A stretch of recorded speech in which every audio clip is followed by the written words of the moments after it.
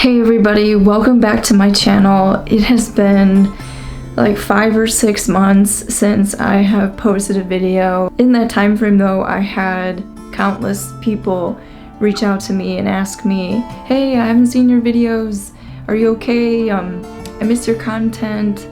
What's going on? Is everything all right? And I just first of all want to say thank you so much to all those people who did reach out, because it was very validating in those moments. And I was like, oh, people actually pay attention and people actually want to watch my videos, and it wasn't for nothing. You know, in this world, like, we see people have millions and millions of views compared to, like, you know, smaller numbers, and you're like, oh, sometimes you have these moments where you're like, people don't care, but you do care. So thank you. And I also just want to let you know that I am okay. These past 5-6 months, I have gone through a lot of very intense, rapid changes. There have been a lot of events in my life that have pushed me to take a closer look at myself. I was also traveling quite a bit, so there was also that, and I've really just have been on a journey. And I hope that through the things that I have learned and realized recently, I can actually use those lessons and that inspiration to make videos about, you know, the human experience as I have and do. I didn't do this before, but I am going to add a link to my Venmo and PayPal in the description of this video. So if you want to donate to help me to continue making these videos, I would greatly appreciate that. Also, subscribing and liking the video helps me too. So yeah, let's get started on today's video. So for today's video, I'm going to be exploring the question, which is, why do women tend to find it more difficult to stand up for themselves? Now, the way I'm going to lay out this video is, first I'm going to tell you a little story. Then I'm going to go into female, conditioning, cultural and psychological. I'm going to go into people pleasing and how that looks, feels, where it comes from. And then I'm going to talk about how to not succumb to these modes of being, just kind of how to get out of these perspectives that cause us to have more difficulty to do this. So yes. So let me first shout out to the women where this is not difficult for them. I know you, I've seen you, I've met you, and when I do, it is very deeply inspiring. Just want to make sure that I say that. Of course, there are always exceptions to the rule, but I think overall this is something that is very challenging for women. And this in particular has been a pretty strange one for me, because as a kid I had no problem standing up for myself. I have like vivid memories of putting people in their place and having no shame about it, right? I think it was around end of high school, early college, that I started having a lot more difficulty with standing up for myself. Now, it was something that would like come and go. It's very weird. Yeah, and it's like, I don't really know exactly what would make it come and what would make it go, but yeah, it's like overall it has just been a struggle for me in recent years. I used to perform with this wonderful woman in my entertainment group in Chicago, and she is somebody who is very much well known for being like outspoken. If she has a problem, you will know. But I never really got to like sit down and like talk to her, and I think it was about 1.5 years ago at this point where she happened to be at this party that I was at, and I was like, oh hey, like, I know you and whatever, and we started talking, and we ended up talking until like 7 or 8 in the morning. And I remember we kind of came to this realization, like, she was like, you know, it's funny because she's like, I look at you and I think that I want to be more like you. And I said, well, that is funny because I look at you and I think to myself that I want to be more like you. And so we both kind of felt that like the things in our lives that have happened over the years have kind of like pushed me, you know, to be, you know, more outspoken and be willing to put people in their place. And for her, it was like to be more calm and to be more understanding. And so yeah, it was just like this interesting moment of time where we met and kind of got to share like our struggles and yeah, kind of how we just hoped to be more like the other person. So it was a special moment, it really was.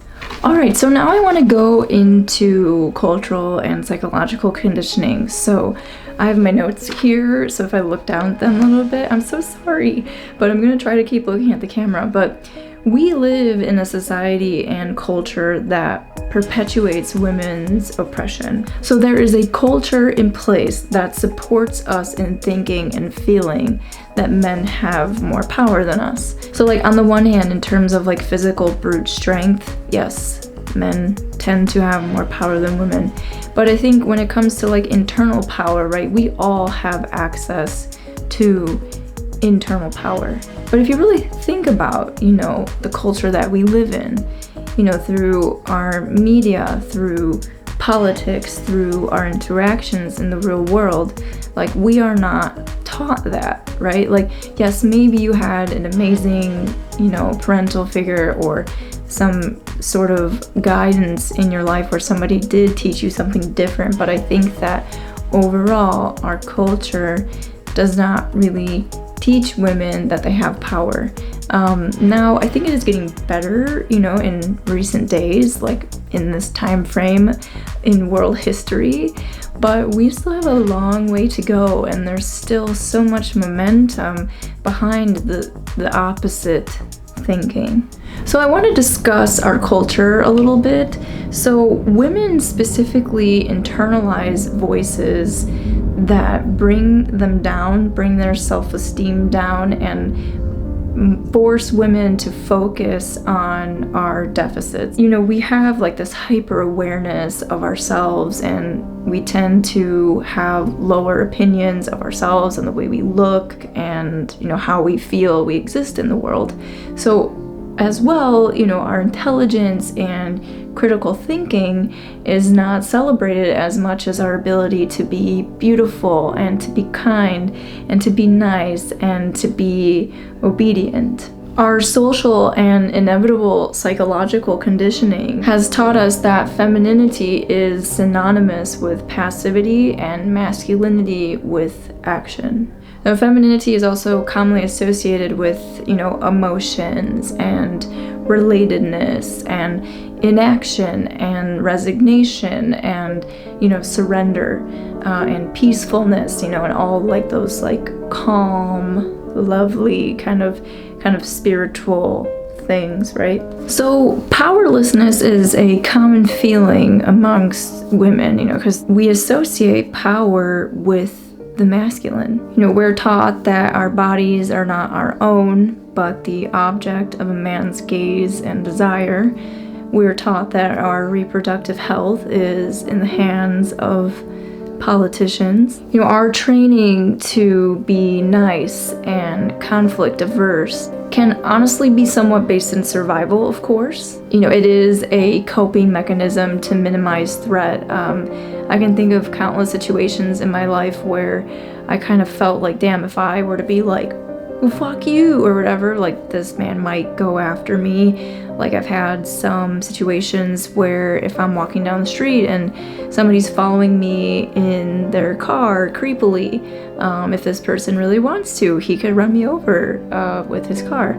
And so I kind of think to myself, just be like, no thanks. And then I actually have started running. Every time that has happened, I'm like, no, and I just start like running, or I run into a store, or I run home, or whatever makes the most sense in that moment. So I get that sometimes, you know, being nice is maybe what protects us, but I think at times where it doesn't even make sense for us to be nice, where there isn't a physical threat, we still more easily fall into that mode of being of, oh, I could just be nice. And this is part of our conditioning as well, right? To soothe the rage and the sorrow of our oppressor, which really sucks. I'm gonna read this quote to you. It says, "Studies and common sense suggest that altruism in our culture often stems from guilt, fear, and self-love. Such traits are not devalued by either men or women. However, men benefit from such traits almost exclusively and reward them rather poorly." Another issue of ours is that we equate femininity with mothering. So when we think about the qualities of a mother, we think of, unconditional acceptance and forgiveness and non-judgment and, giving the benefit of the doubt, even unconditional love. We extend those qualities to the people around us, and, inevitably I find that it hurts us, right? And it can even hurt the people that we really love, because we're preoccupied with like being loving and motherly and wanting to like appear easy and kind and all those, really nice qualities, but they can be destructive, especially to, our own needs, our own very real human needs, to be treated with respect and to be treated in the ways that we feel comfortable with. And I think often like this quality of being motherly, right? We do that at the expense of, undermining our own judgments. We do that at the expense of, undermining when something feels off to us, or when something feels like wrong about a person, and we find ourselves like making excuses for people's behavior. Like, for example, if someone says something to you that feels really off, you're like, oh, well, maybe he didn't mean it that way. He was just joking. He was just playing around, or maybe he just said it and didn't realize what he was saying. Or when people comment really creepy things on our photos and we don't think to ourselves like, wow, I should tell this person, please stop, I don't like that. We're like, oh, I'll just say something nice like, thank you, even though it's very weird, and we don't think to like block them or put them in their place, right? I mean, I'm sure some of us do this, and I have done that, but I have also done the other thing where I just don't respond to people. Like, they'll say something weird and I just ignore it, but then it doesn't stop, and I'm like, okay, I should block you. I should have blocked you a long time ago. So I think overall women tend to feel like they don't want conflict. We want to appear easy, like I said. We don't want to have difficult conversations. I think as well it can get to be quite exhausting if you do this on a daily basis or a weekly basis. And I feel like there's a lot of things, coming into play in your mind, which will cause you, to make a decision on how, you respond to somebody being creepy or weird or making you feel uncomfortable. Sigmund Freud believed that his female patients were less aggressive, less defiant, more compliant, and more dependent. He believed that women suffer from penis envy. Now, I truly believe that I don't really feel that it's that often that women are actually jealous of like an actual penis. But I feel that what's maybe more commonly true is that women maybe are envious of like the power and the privilege that you have, in the world because of your genitals. Yeah, I think that's more what women would like to have. I think because of women's conditioning, we're kind of like, we feel and like we're taught like the other people are not going to take us as seriously, and so I think that we inevitably don't take our thoughts, our judgments, our needs as seriously either. And I think by not taking those really important elements of ourselves seriously, then we tend to be, more compliant and not defiant and more dependent. Now, according to Emma Young, which is Carl Jung's wife, who has a lot of incredible theories that I read while in school, and a lot of it having to do actually with like women's psyche. I'm gonna read this to you actually. Yeah. She believed that if our sense of authority, our sense of judgment, was not taken firm control of and integrated into the personality, that it could become like an inner tyrant, and that we could project that onto a powerful man, and it would result in a psychic dependence on this other person. So I find that And I have found that in my own life, when I haven't taken control or firm control of this kind of like inner authority within me, right? Like being connected to that like inner judgment, inner intuition, I have found myself to kind of like outsource for guidance. So, looking on Instagram for like quotes and looking for signs, or asking your friends, for guidance, and kind of relying on another person to answer questions for you that only you really know the answer for. That does make sense to me, right? That we would kind of find ourselves in this psychic dependence of like, I can't access this part of myself to know what it is and what I want, so I'm going to depend like on other people for the answer because I don't have that sense of authority within myself. And so I also think that by not taking firm control again of that kind of like inner intuition, inner guidance, and undermining our judgments, if we do that, I think that also makes it more difficult to stand up for ourselves, because it's like, what are we standing up for? What needs? So I think that these qualities lead to people pleasing. Now, I really want to first say that people pleasing is at its core a coping mechanism and like a survival mechanism.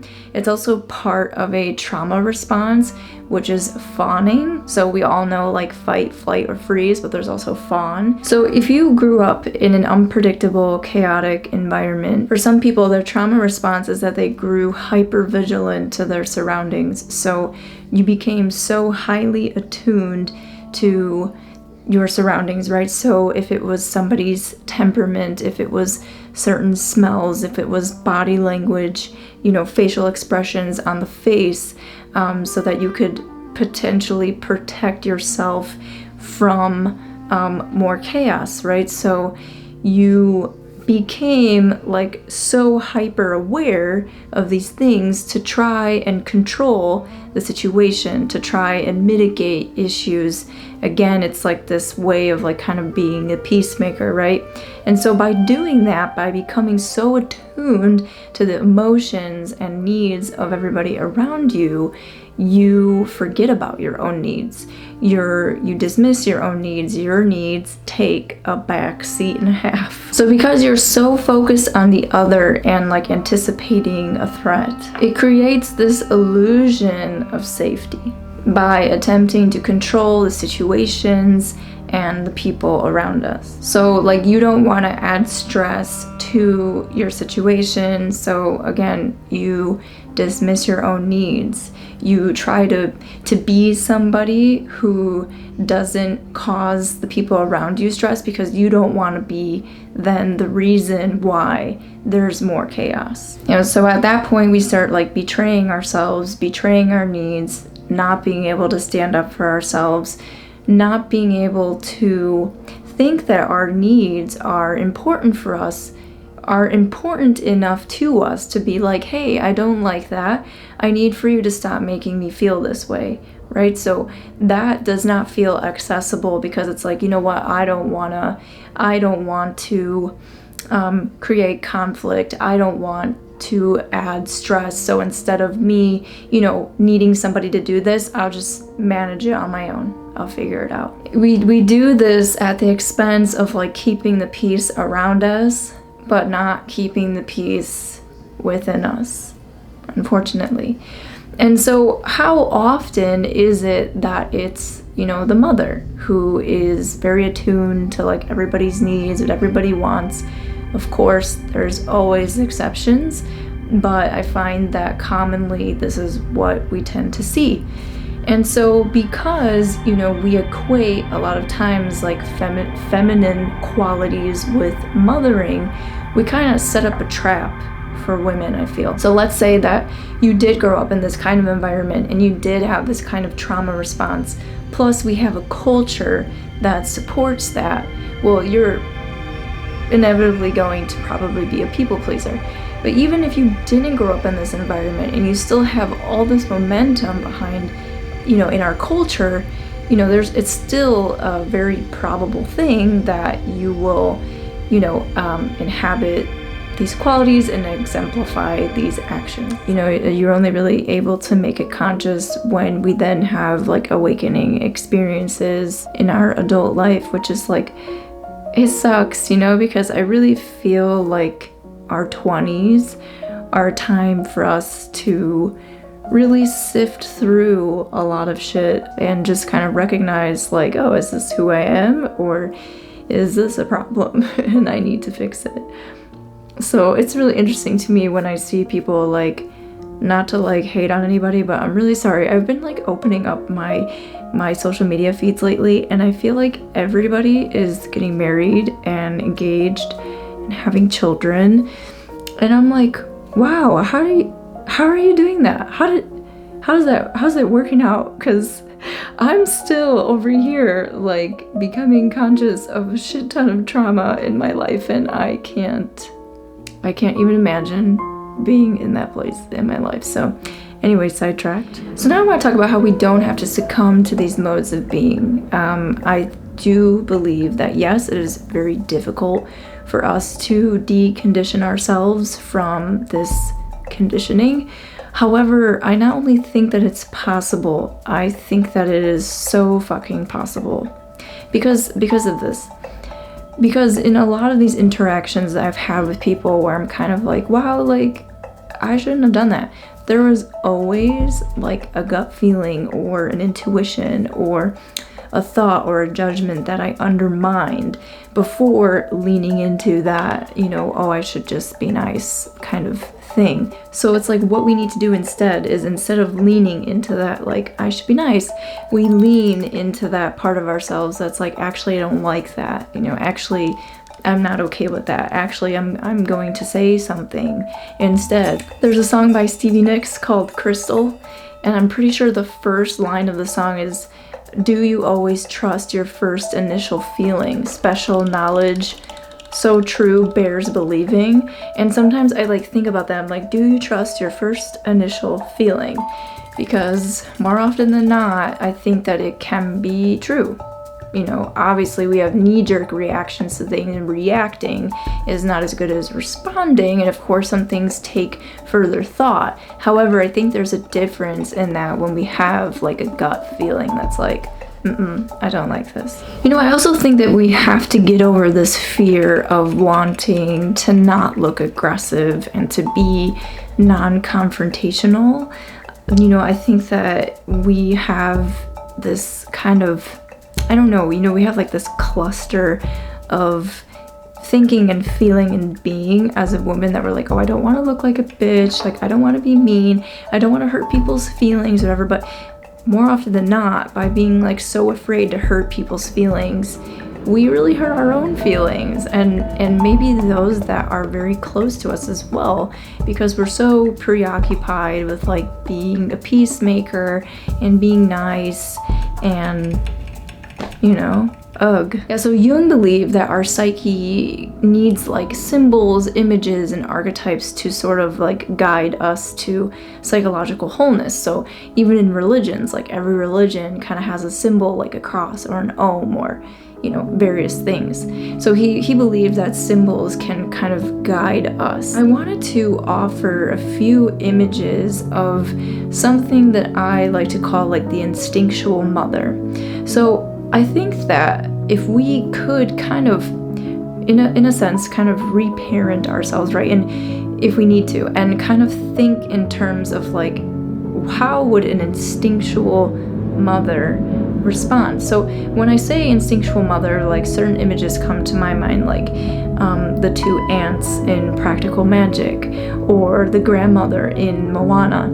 You know, I think of these like strong, like intuitive women who, you know, if they saw like something was wrong, they'd be like, you know, instead of being like, oh, you know, play small, be nice. It's like, no, I think that we can all tap into that instinctual mother to take care of ourselves and to take care of the people that we love by not betraying, you know, our own needs and, you know, loving ourselves unconditionally. You know, in my own life, like I said, I have struggled with this immensely. I've struggled with undermining my judgments. I know that it is also a practice if we do struggle with this, and I would say, you know, as a woman, you're going to have opportunities to practice. They will come, as they always do, and I hope that, you know, you're able to lean into that part of yourself where you can, you know, step into your power and stand up for what's important to you internally. So I just really want to thank everybody. I really want to thank my audience and the people who have continued to watch, especially again the people who reached out to me during the time that I was not posting. It has felt really good today to film this video, and I'm excited to be back. So yeah, thank you so much for watching, and I will see you next week.